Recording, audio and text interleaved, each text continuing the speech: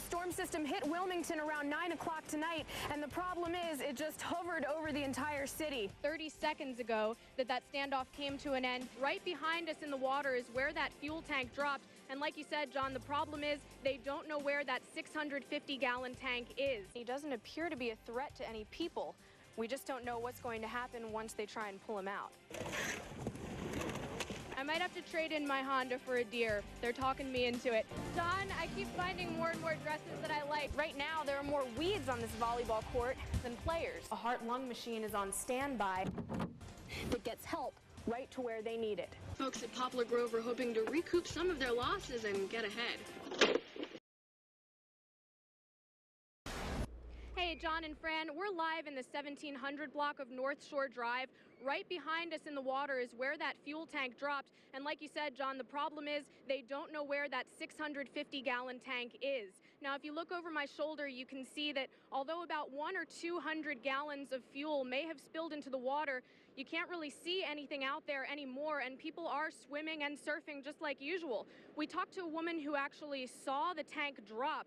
Now, this was hard to miss with a 650-gallon tank falling from the sky. It made a huge splash, and then the military helicopter that dropped that tank, we're told, turned around and realized they lost part of their load. But since then, the Coast Guard, the police, no one has been able to find it. Now, we'll just give you an idea of some of the concerns that they have right now. They don't believe that there is a large amount of fuel that's leaked into the ocean because that tank is supposed to reseal itself if something like this happens. It's designed to do that. The one concern they do have, though, is if someone's out there swimming or boating and they find this huge tank, it's about 15 feet long, they should call 911 right away. John, back to you. All right, Kristy, a lot of good information. We know you'll stay on that story and bring us the very latest. Business as usual came to a halt at Watermark Marina, all because of an unexpected visitor below the parking lot. Two glassy eyes stare up from a drainage grate. One of the biggest alligators I've ever seen in my life. He was huge. How he got in there, Lord knows how. All we know is he's stuck and he'll die if he doesn't get free. Right now he's pretty calm and he doesn't appear to be a threat to any people.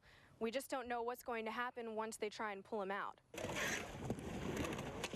Marina officials called in local wildlife expert and gator wrangler Jimmy English. The 72-year-old says he's up against a gator about as old as he is, but much bigger and ready to chomp down on anyone or anything that comes close. He'd get a hold of you and just shake you just like a dog shaking a rag, beat you to death on the ground on that side. English has captured gators for half a century. Even he says this is a tricky situation. It takes a rope, a pickup truck, and 4 men, but they managed to drag the alligator out of the drain. From there, it'll be a long journey away from the Cape Fear River and back into the wild. This encounter has a happy ending to a story these guys will remember for a long time.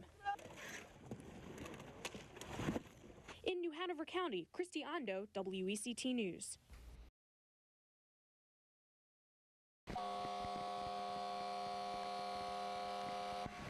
Streets filled with water, neighbors heading for higher ground, a storm that strikes suddenly and just won't let up. How would I describe it? Total debacle. The lightning I can handle, the thunder I can handle, but water up to my knees, I can't handle that. This isn't a hurricane, though. It's a flash flood that hit without warning. Rain falling off and on all evening becomes relentless. The storm system hit Wilmington around 9 o'clock tonight, and the problem is it just hovered over the entire city. Many motorists were caught off guard by the sudden downpour and had to abandon ship, so to speak, leaving their cars in the middle of New Center Drive. Nearby at these apartments off Racine Drive, residents on the first floor are out of luck. Most waited out on upper floors or head to a hotel. Half a dozen others are bused to Noble Middle School to take shelter for the night, like Thomas Andrews, who didn't expect to be sleeping in a gymnasium.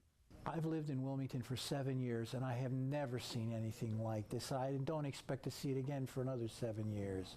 And that's the hope of many of these residents as we head into the heart of hurricane season. For now, the focus is on cleaning up and bailing out after an unexpected storm makes this warning look like the understatement of the year. In New Hanover County, Kristy Ondo, WECT News.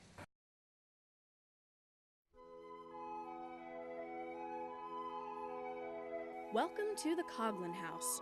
Well thought out, spotlessly clean, impeccably decorated. And it didn't get this way by accident.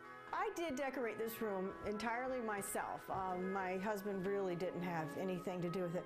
That may be the case at the Coughlin home, but not everywhere. Some men are taking back the house, or at least part of it, by retreating to their own space we like to call the man cave. A man cave can range from pretty basic to downright extravagant. That's what Mike Kenny is going for. A fun night out with friends got him thinking, why not bring the party right to his home? So that's where the idea was born of I wanted a man shed. But what would his wife say? She thought I was crazy.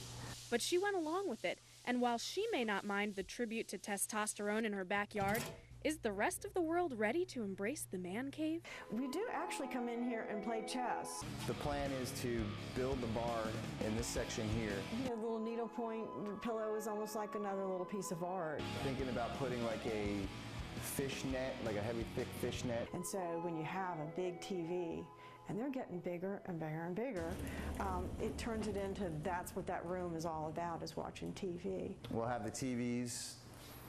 I've already stubbed out the cable and the power.